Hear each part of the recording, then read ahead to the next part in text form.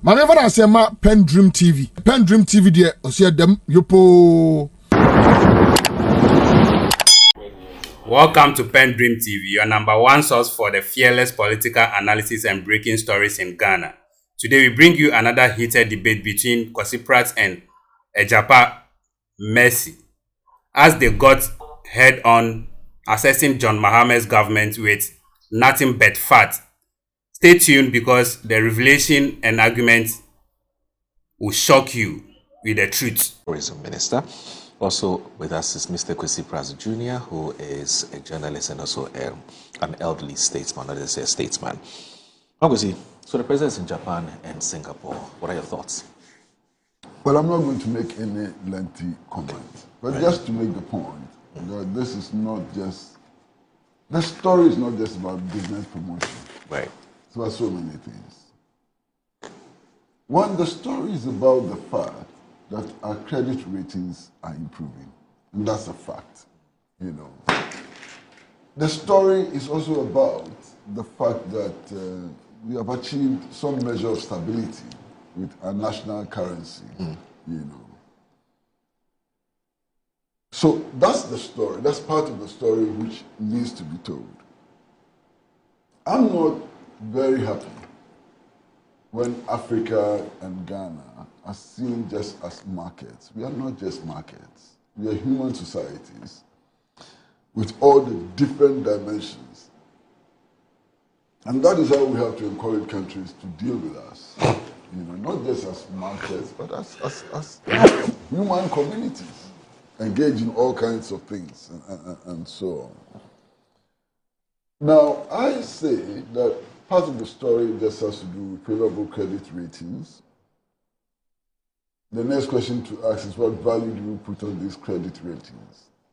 And if you put any value on the credit ratings, how do you use them in order to ensure that our people have access to potable water? Yeah. Access to electricity is expanded.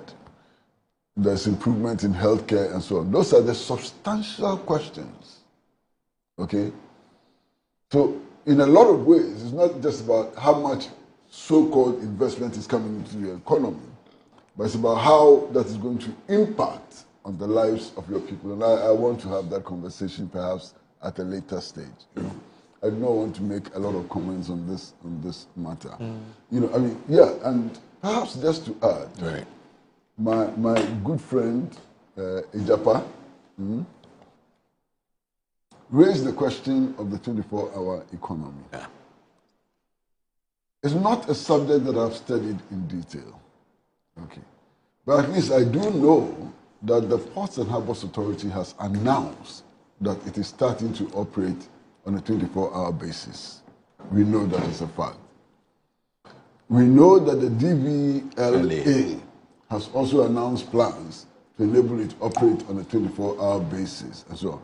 So we know that there are a number of institutions which are moving to 24-hour. There's been the passport office. The passport office and so on. So these are facts, you understand. So I'll end it here. Okay. I'm not so sure whether announcements in themselves are good enough. I haven't heard anybody go to passport processing center at 2 a.m.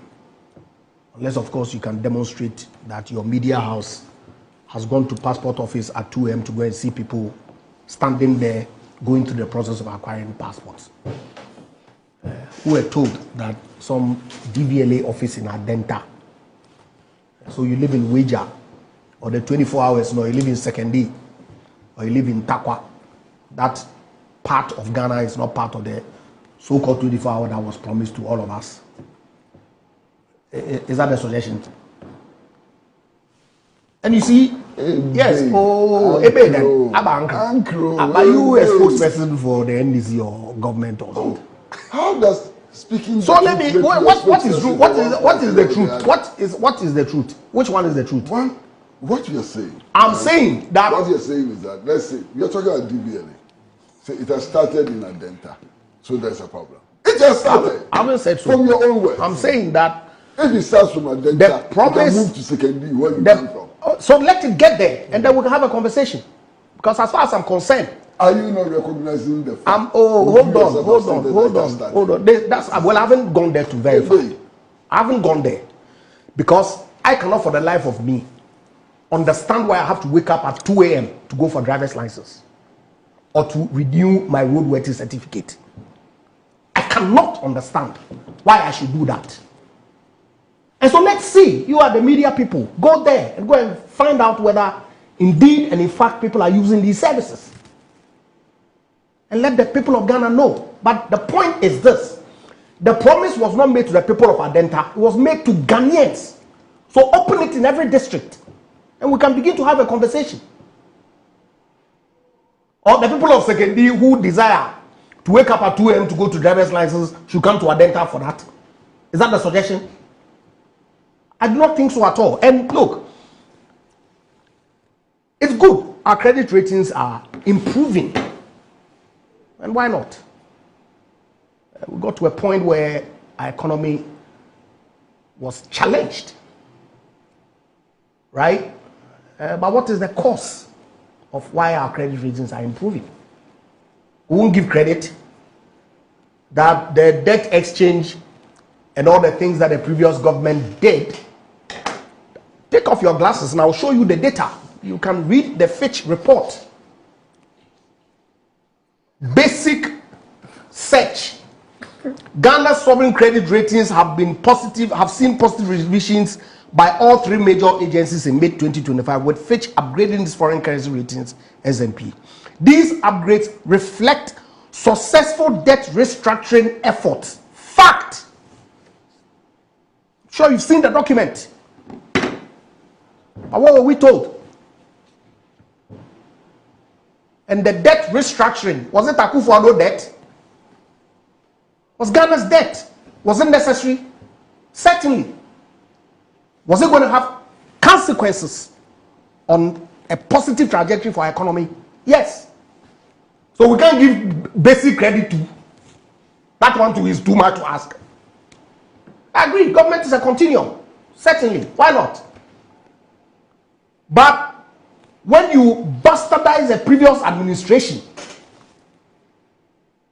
for a certain process, and we all know, yes, of course, we want to play ostriches with the facts. If you give me opportunity, I'll go there. Because I do not, for the life of me, would ever give him the opportunity. Would never ever accept that Akufo-Addo administration mismanage our economy, like we were told in the run-up to the 2024 general elections. Never. Because the facts don't support it. Why? When we came into government, we inherited issues. Major ones were the energy and the banking sector. They were not programmed. The government had to deal with it. How are you going to deal with it? Government had to go and borrow to deal with those problems. Then you get a pandemic that hits, compounds your problem. So you sit back and say, okay, let's take remedial action to try and build back on the pandemic that has compounded our problems. You bring a budget to parliament, you bring revenue measures, you approve the budget, you approve the appropriations, and you say you approve the revenue measures that would go to implement the budget. There will be consequences in breach of Section 22 of the Public Financial Management Act. Why, you haven't seen it? It had consequences. You saw the flight. We saw it. Then Russia hits. It didn't impact us. You are an import-dependent economy. Your freight cost moves from average 2,500 to in excess of 12. What was going to happen? Inflation balloons.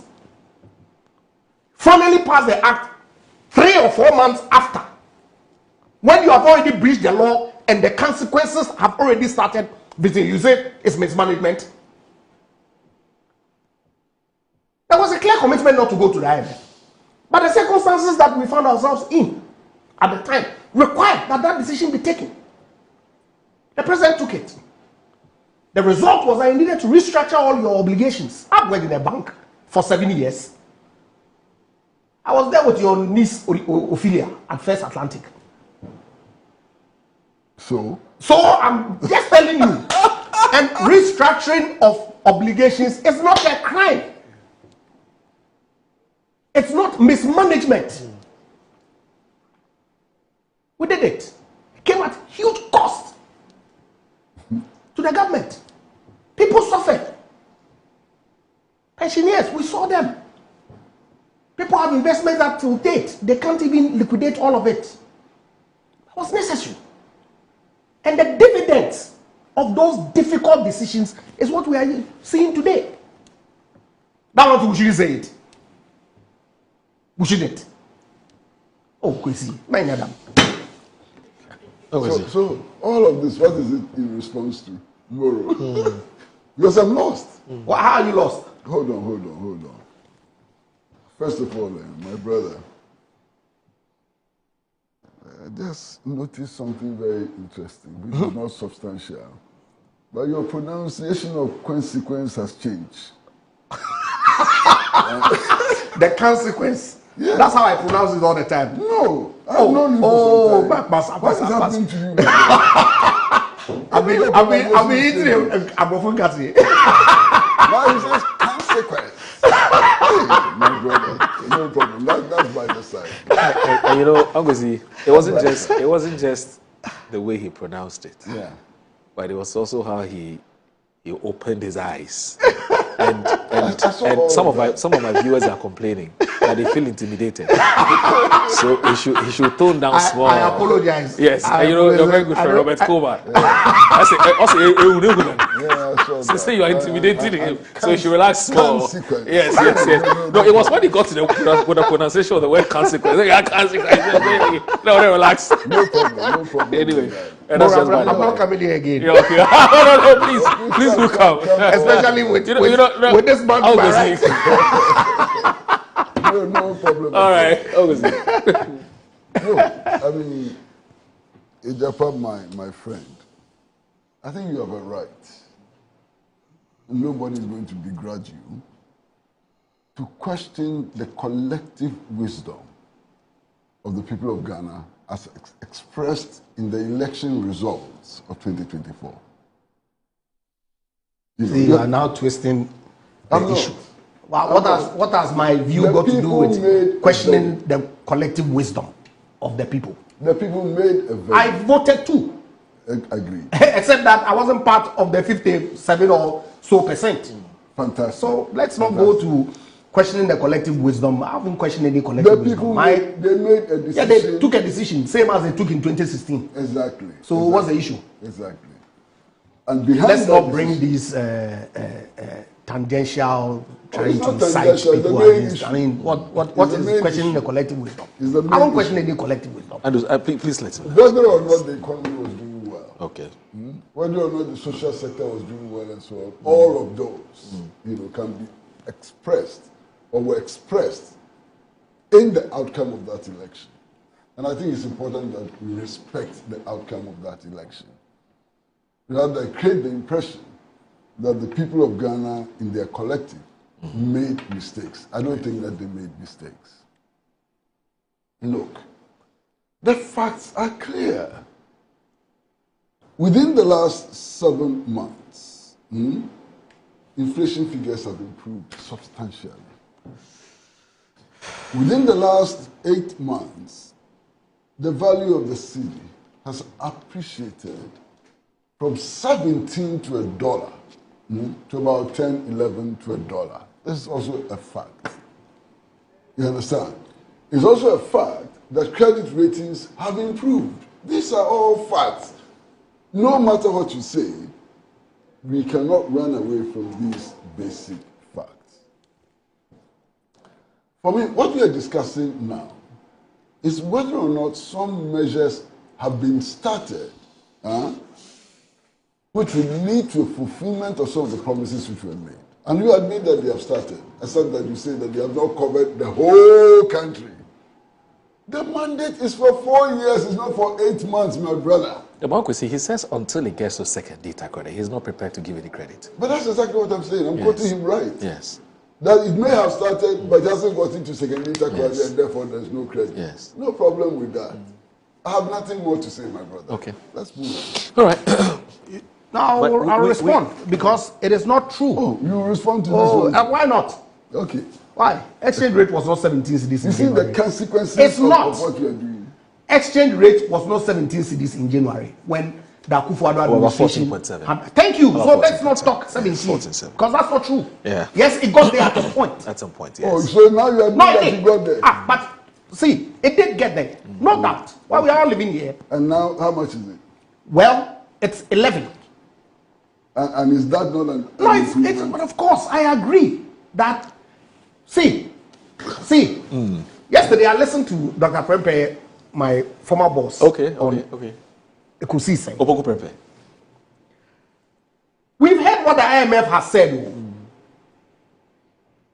We know what the finance minister himself projected in his budget.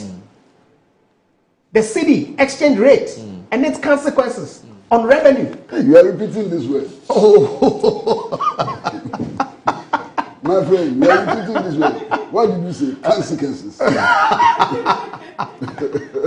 It's called. If my pronunciation is wrong, you can correct me. I'm happy to learn. Oh, Master, who am I? Yes. Who am I to correct you? It's called phonetics. Of course, we all learn. So please allow. It's phonetics. Phonetics. If it's incorrect, I'm happy to learn. Please go ahead. I don't have a problem with it. So really, I'm enjoying it. Okay. And I didn't say that the economy was good or perfect in the run-up to the election. No. I said that we had a challenge that then forced us to go to IMF. Okay. Contrary to what our own position had been all along. Right. But we began to make progress after very difficult decisions had to be taken that impacted people. Of course, they expressed their angst in the election, no doubt. That's why we lost. Okay. But I'm saying that the consequences of those decisions is what we're seeing today. Okay. Let me read this message from Richard. Richard sent a very interesting message. It says that Richard from Accra. This 24-hour economy is a great and new concept and will require a gradual strategic transition. Now, certain administrative tasks can be efficiently carried out at night, while services like deliveries can continue during the day. If customers are aware that they can pick up essential documents such as driving licenses or passports at 2 a.m., they will take advantage of the convenience, just as they currently do for late-night flights, movies, and entertainment venues. Now, innovative initiatives like this should be encouraged and given the support they need to succeed, rather than being dismissed at the outset. The 24-hour economy has significant benefits for Ghana. That's his opinion. Okay, so there are this, but late night flights in Washington D.C. The alternatives are which one? Okay, so let's I want to know. What are the alternative daytime flights? Let's Washington D.C. You are presenting alternatives to your delegates. Unlike driver's license that I can go and pick between 8 and 5. Andrews and mischief. Anyway, so let's do this. So speaking about options and alternatives. Yes. You see, my boss, when it comes to driving license, yes, it may not be necessary to pick your driving license at 2 a.m. But if the office is working throughout on a 24-hour basis, it may be able to lessen the period of waiting from 3 days to maybe 1.5 days. So it's not just going there to pick it at 2 a.m. or 3 a.m., which is the important factor. It's the speed with which the processes take place because extra hours have been introduced. Not a problem. 2028 shall come. And I wish the NDC government the best. So you said their mandate is for 4 years. Yeah. So I agree. So I wish the government the best. You will come to power. Oh, but the grace of God is what will determine who comes to power. Why do you think that God is an MPP card bearer? But he is an NDC card bearing member. He holds You are the one who is talking about the grace of God. But they want in 2024. God is an MPP card bearing Your religious views I won't debate you on. So let's leave it there. So don't debate me on mine. This is not religious. But when I say grace of God, you say why God is an MPP card bearing member. But the NDC won in 2024. And just by the grace of God. Certainly. So God. That's my faith. So let's leave it there. Let's leave it there. When it comes to religion, I don't want us to go on that any discussion at all. Yeah. You keep yours, I keep mine. Which is mine? I don't know. But mine is Christianity. And let's leave it there. Yeah. Uncle And Kwesi. you think mine is Akunedi? I don't know. So if you why tell are me, you raising this issue? but I haven't raised any issue. I've heard you. The statements that you made on the church and all that in your initial comments. I don't want to go. That's why I didn't even comment. Please. So it's okay. Let's leave it. That's not the subject that we came here to discuss. Is it not factual? When we finish, we can talk about it. No, right here. Is this not factual? Which one? You have raised it. I haven't read it. I don't know. You don't know about the existence of the paper blue? I have not read it. I don't know. Google. Okay. You have a phone. Google. Yeah, I will when we finish the show. All right. Let's look at some interesting developments in your party. So 3 things. First of all, we do know the party issued a statement. It says MPP opens voter register. It's all part of the reforms that the party is undertaking. So it's under flag bearer race. We've also seen some back and forth between a former Agric minister and a former Deputy National Security Coordinator, Dr. Barney Champong, and of course he's a businessman himself, between him and the former Vice President and the former standard bearer of your party in the 2024 elections. And then Kwabena Ejipong has also filed his nominations and has been captured in today's Daily Statesman as well. So it appears that some people are walking the talk. They say they want to lead the party. They have filed their nominations. We'll see whether those nominations will be accepted or approved by the party. We'll look at you. Because you have up to 28th, I believe, of August for people to file their nominations and so on. So I want us to, first of all, look at the Daily Guide story about the opening of voter register, and then we'll play some videos for our viewers to watch, and then we'll take it from there. So Daily Guide this morning says that Ernest Kofi says the opposition New Patriotic Party has opened registration for additional delegates as part of the expanded voter register in preparation for the presidential primary scheduled for January 31, 2026. In a statement signed by William Yamoa, Secretary of the Presidential Elections Committee, the party directed all qualified officers and dignitaries falling under newly approved categories to immediately register with their respective organizational structures, including the National Secretariat, regions, constituencies, and external branches. The exercise, which began this week, will run until Friday, September 19, 2025. The party said an online registration link would also be made available to external branch executives for ease of access, while other qualified members have been advised to liaise with their constituency and regional offices. Now, the expanded voter register follows a decision taken at the party's National Annual Delegates Conference in Accra on July 9, 2025. The new categories of voters include all former regional and constituency executives, members of the National Council of Elders, 30 members of the National Council of Patrons, all past national officers, as well as external branch executives and their predecessors.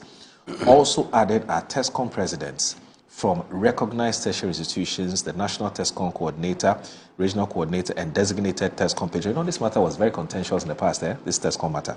Anyway, in addition, former MPP card-bearing members of Parliament, parliamentary candidates, ministers, deputy ministers, and metropolitan municipal and district chief executives are now eligible to participate. 10 members each from regional councils of elders and patrons, and 5 members each from constituency councils of elders and patrons will also be included. According to the party, the Presidential Elections Committee will undertake a thorough verification validation of the updated register to ensure authenticity and credibility before the elections. Now, that's just one aspect of the MPP conversation we intend to have. But Right, if the videos are ready, please, let's watch these videos again, and then I'll come back and read another story. To bleed over the trajectory of our beloved country. That is why I believe there is a compelling need to usher in a new dawn, a new era, where Ghana is re-engineered back to prosperity. My big plan is about the creation of wealth. A Ghana where every citizen, his property, especially land, is utilized to unlock capital and create personal wealth to facilitate access to quality education, healthcare, and other opportunities. Unfortunately, from time immemorial, communities have been displaced and their lands appropriated without fair compensation. Ghanaian landowners have been sidelined in decisions that affect their own ancestral lands. Our youth have watched as their futures destroyed by mining operations that promise prosperity but have delivered contaminated farmlands, polluted water bodies, and a damaged environment. Nearly 7 decades of lost opportunities, and with it, broken trust, which has rather put money in the hands of foreign interests, corrupt politicians, and their cronies. These failures did not start with the Fourth Republic. They are rooted in colonial legacies and post-independence mistakes. The continued neglect of the interests and the voices of those most impacted by Galamsey remains an existential threat to our national security. Recognizing this historical wrong is not enough. Today, I, Kwabena Egyapa, lead the demand for Ghanaian leaders to embrace this duty. My campaign apologizes to every family whose land has been taken without their consent and or appropriate compensation. To every youth whose dreams have been buried beneath investigations and dust. To every chief, queen mother, community leader whose stewardship is still ignored. To every citizen who asked for justice and was met with silence. My heart continues to bleed over the trajectory of our beloved country. That is why I believe there is a compelling need to usher in a new dawn, a new era, where Ghana is re-engineered back to prosperity. My big plan is about the creation of wealth. A Ghana where every citizen, his property, especially land, is utilized to... My heart continues to bleed over the trajectory of our beloved country. My heart continues to bleed over the trajectory of our beloved country. That is why I believe there is a compelling need to usher in a new dawn, a new era, where Ghana is re-engineered back to prosperity. My big plan is about the creation of wealth. A Ghana where every citizen, his especially land, is utilized to unlock capital and create personal wealth to facilitate access to quality education.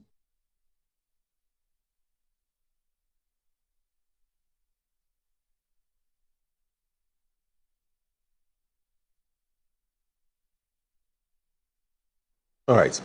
So I mentioned 3 things. I said we'll talk about the back and forth between Dr. Barney Champon and Dr. Mahmoud Bawumia. We'll talk about the opening of the register to bring in former party officers and former appointees of the government. And also we'll look at the Kwabena Egyapa bit. He's filed his nominations, and so you saw that video. So you look at today's daily statement. So we'll also play you the Dr. Barney Champon and Dr. Mahmoud Bawumia's video very soon. But page 2 of today's statement, it says that Kwabena Egyapa files nomination for MPP flag bearership. And it says an MP flag bearer hopeful Engineer Kwabena Egyapa has called for a radical shift in Ghana's governance approach, emphasizing the need to put the nation on a war footing to tackle its pressing socio-economic challenges. Mr. Egyapa, who served as press secretary to President John Ejekun Kufuor between 2001 and 2006, made the declaration yesterday during the submission of his nomination forms to contest the party's upcoming presidential primaries. He described the occasion as both a personal milestone and a critical turning point in Ghana's democratic journey. Now, this moment is more than a personal aspiration. It is a reaffirmation of my unwavering commitment to the values and principles that anchor the foundation of the MPP values that must necessarily lead us into a new era of renewal and hope, he stated. Mr. Japan said the country needs leaders unafraid to tackle difficult situations, to provide real solutions, and to serve with authenticity, integrity, and substance. Mr. Japan stressed the gravity of Ghana's current challenges, including economic decline, youth disillusionment, and environmental degradation. He urged Ghanaians to adopt a mindset of hard work, discipline, and meritocracy in order to reposition the country for prosperity. We must put the nation on a war footing, rolling our sleeves, restoring the culture of hard work, meritocracy, let me just put that away, and professionalism back to the workplace and the society in general. According to him, nearly 7 decades after independence, the dividends of democracy have not matched the sacrifice of ordinary Ghanaians. Instead, he bemoaned the nation was burdened with poor sanitation, illegal mining, high unemployment, chaotic slum settlement, and a cost system saturated with land conflict. Now, there's also a statement which was issued by Dr. Brian Champo yesterday. And Bright, please put it up. I want us to look at that statement before we would get on with the so the Inquisitor today says MVP flag bearership raised. Brian brags after running from tribal bigotry shadows, and to that story, it's also here. I want us to look at it before we kickstart our conversation. So here we go. I was looking at the story just a few minutes ago. Okay, good. Now, Dr. Brandy Champon, one of the flag bearer aspirants of the New Patriotic Party, eyeing to lead the party in 2028, is losing ground with how he is running his campaign. After he was heavily bruised with tribal bigotry, he has switched to bragging about how financially supported the 2024 presidential candidate of the MP, Dr. Mahmoud Bawumia. In a video circulating on various social media platforms, Dr. Champon claimed that he was more or less the biggest financier of Dr. Mahmoud Bawumia's campaign 2024. Now popularly called Kwewu Bill Gate, he said that he and Dr. Bawumia have records of his support and that Dr. Mahmoud Bawumia knows what he did for him in 2024. He went further to say that he has indeed supported the MPP financially and that he will speak about those supports anytime he's asked about them. And then I'll end with this, Andrew, before I bring you in. I'm talking about his statement. Now, the statement here reads that it says a call to unity and discipline in our internal context. Brandy Champon, Tuesday, 26 August 2025, which was yesterday. In this moment of internal contest, I'm reminded that the strength of our great party, the MPP, has never come from division. It has always come from discipline, dignity, and unity. Yes, I have come under a barrage of attacks. Falsehood have been spread about me. Fake materials have been shared to question my character. But through it all, I remain focused not on retaliation, but on restoration. This is a contest of ideas, of leadership, and of vision, of power in focus, and it must be treated with the respect it deserves.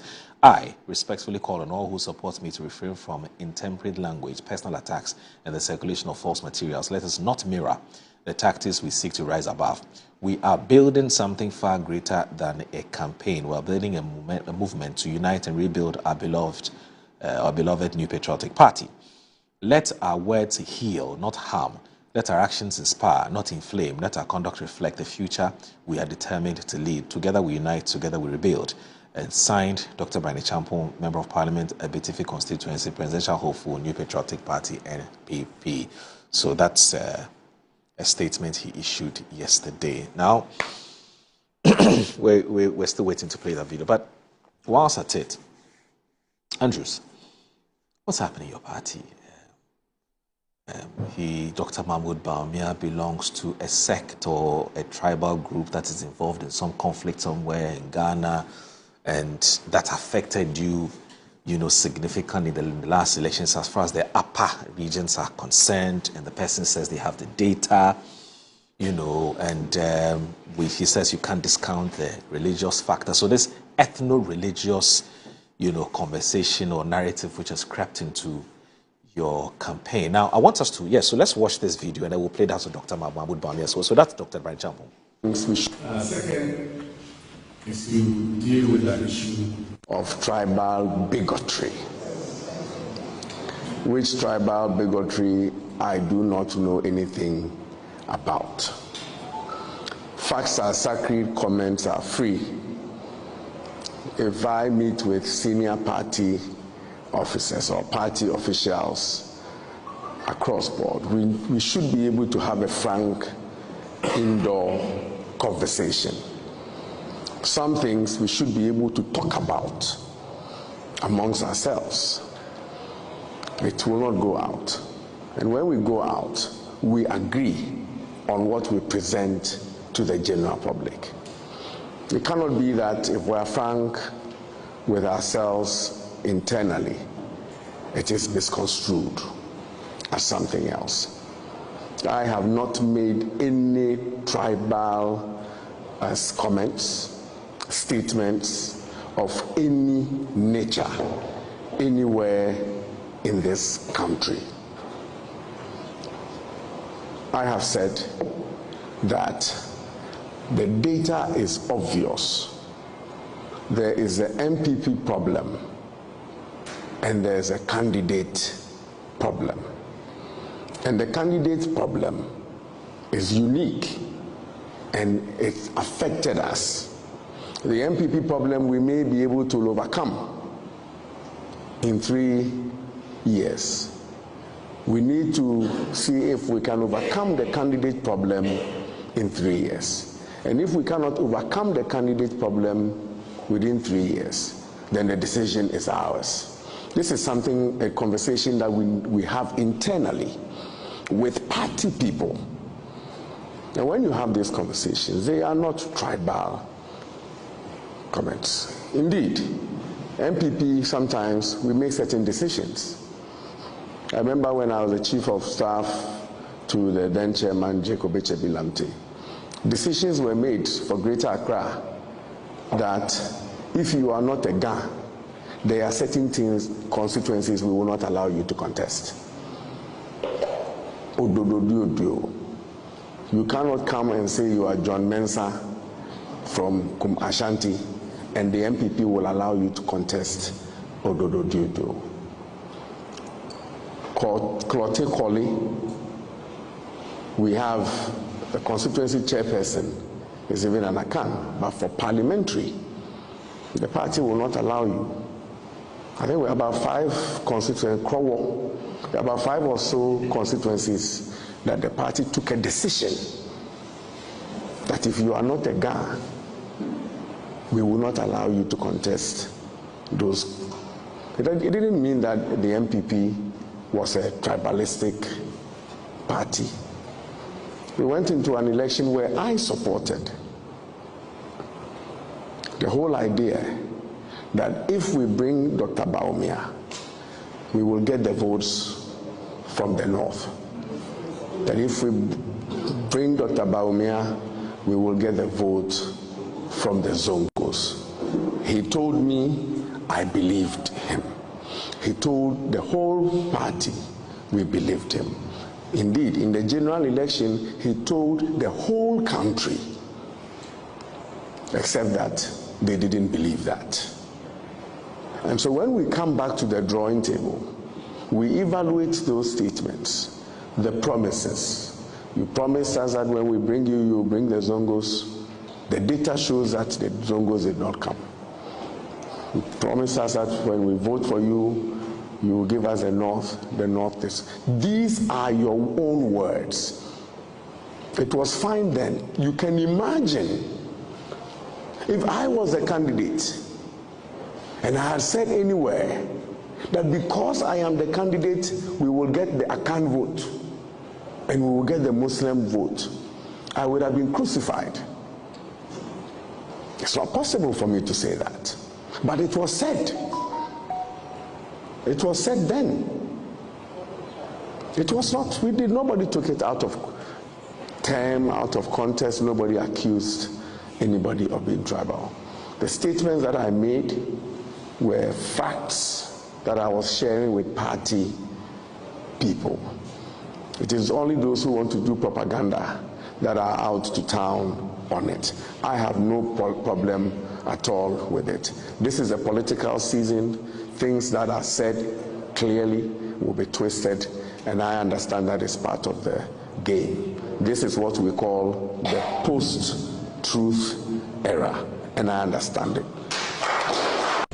As we prepare to go into the primaries, I am very, very concerned and troubled that some of our presidential aspirants have embarked on a religious and tribal bigotry and propaganda against me in a desperate attempt to win votes. They totally ignore all the data and findings about why we lost the 2024 elections and want to mislead the delegates and the party with such propaganda. The one such issue that has come up, and I think it's important for all of us to know, is the Mamprosi-Kusasi conflict. An aspirant has said that delegates should not vote for me because I am a Mamprosi man, and that we will lose votes in the Kusasi areas and other areas. This is very unfortunate and demonstrates a complete lack of understanding of the situation on the ground. Ladies and gentlemen, since 1965, there have been 11 elections in Ghana. Since 1965. And the performance of the LPP in the 6, our tradition, in the 6 Moku zone seats, there are 6 seats in the Moku zone. If you look at it, the performance is as follows. In 1965, our tradition had 0 seats. At that time, I was only 2 years old. I had nothing to do with it. In 1969, we had 2 seats. In 1979, under the Tosu's leadership, we had 0 seats. In 1996, we had 0 seats in that area. In 2000, we had 1 seat. In 2004, under President Ford, we had 0 seats. 2008, we had 1 seat. 2012, under President Ford, we had 0 seats. When I was giving lectures and campaigning for the party to come into office in 2016, they did not say I was a Mamprosi man, a Northerner, or a Muslim. When my campaign in the North made the difference in our winning the 2020 election, they did not say I'm a Mamprosi man, a Northerner, or a Muslim. When Samira was campaigning the length and breadth of Ghana for this party, they did not say she was not. When I was giving lectures and campaigning for the party to come into office in 2016, they did not say I was a Mamprosi man, a Northerner, or a Muslim. When my campaign in the North made the difference in our winning the 2020 election, they did not say I'm a Mamprosi man, a Northerner, or a Muslim. When Samira was campaigning the length and breadth of Ghana for this party, they did not say she was not. When I was giving lectures and campaigning for the party to come into office in 2016, they did not say I was a Mamprosi man, a Northerner. Thanks for watching PENDREAM TV, where we uncover the truth behind Ghana's politics. What do you think about Kwesi Pratt and Egyapa's argument on Mahama's government? Drop your thoughts in the comment section below. We want to hear from you. Don't forget to like, share, and subscribe for more videos. Until then, stay tuned, stay engaged, and keep watching PENDREAM TV. Thank you. PENDREAM TV. Now, so far so good. Say open online portal e Ghana. Nipa share, nipa follow, nipa comment here. To my best of knowledge, without any biases, PENDREAM TV.